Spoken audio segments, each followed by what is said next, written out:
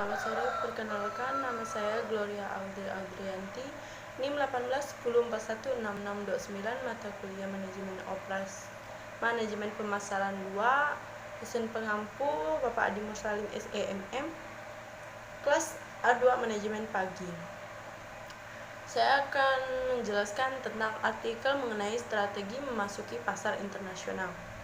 Setelah perusahaan menetapkan pasar sasaran di pasar luar negeri, seperti dengan memperhatikan atau mempertimbangkan beberapa faktor seperti misalnya potensi dasar, akses ke pasar tersebut, infrastruktur, serta risiko politik di host country, pertukaran mata uang, persaingan potensial, biaya dan waktu pengapalan, kesesuaian produk dengan pasar serta jasa yang diperlukan, atau dengan menggunakan kriteria yang telah dibahas pada bab yang mengenai segmentasi, penetapan target, dan positioning.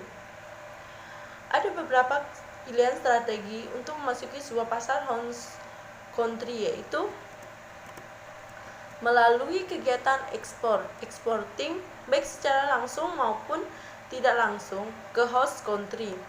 Yang kedua, melalui alliances strategis atau strategi alliances, lisensi, waralaba, usaha patungan, kontrak produksi atau manufaktur dengan mitra lokal di host country. Yang ketiga, melalui investasi langsung, foreign direct investment atau FDI, dalam bentuk pengalihan perusahaan akuisisi yang sudah ada maupun mendirikan anak perusahaan sendiri di host country.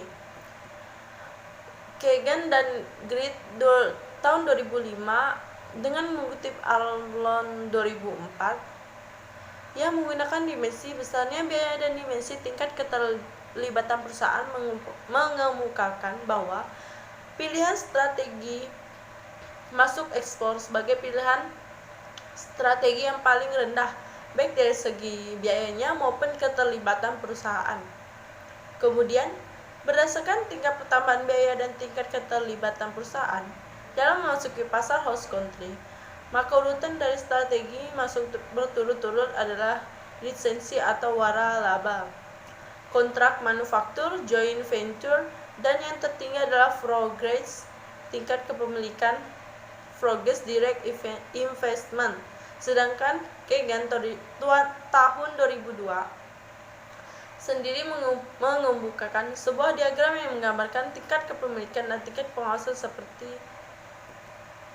pengawasan. Kriteria untuk memutuskan strategi masuk yang tepat. Menurut Kotabe dan Helsen tahun 2004 mengemukakan berapa kriteria yang akan mempengaruhi pemilihan strategi masuk yang akan digunakan, yaitu ukuran pasar dan pertumbuhan. Pasar yang dimiliki potensi yang besar bagi produk-produk perusahaan, maka perusahaan akan memilih untuk menggunakan strategi joint venture atau FDI. Yang kedua, resiko.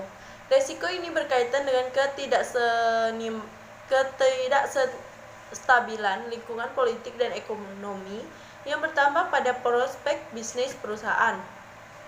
Yang ketiga, peraturan pemerintah host country yang mengatur mengenai pendirian dan operasional perusahaan asing serta hambatan-hambatan masuk untuk produk luar negeri.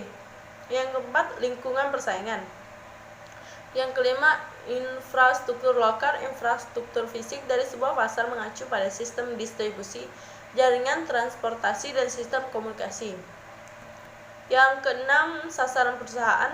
Yang ketujuh, kebutuhan untuk pengendalian. Pada umumnya, tingkat pengendalian berkaitan secara erat dengan tingkat komitmen sumber daya yang dialokasikannya. Yang kedelapan, sumber-sumber daya internal, aset-aset dan kemampuan perusahaan. Yang kesembilan, fleksibilitas. Ekspor merupakan strategi masuk yang paling tinggi fleksibilitasnya, sedangkan strategi masuk dengan kontrak dan FDI memiliki tingkat fleksibilitas yang rendah. Menurut Kotabe Helsen, mengekspor adalah cara yang paling populer bagi banyak perusahaan untuk menjadi internasional. Selanjutnya, Kota B dan Helsan mengemukakan 3 pilihan yang mengekspor, yaitu langsung, tidak langsung, dan kooperatif. Sekian dari saya, terima kasih.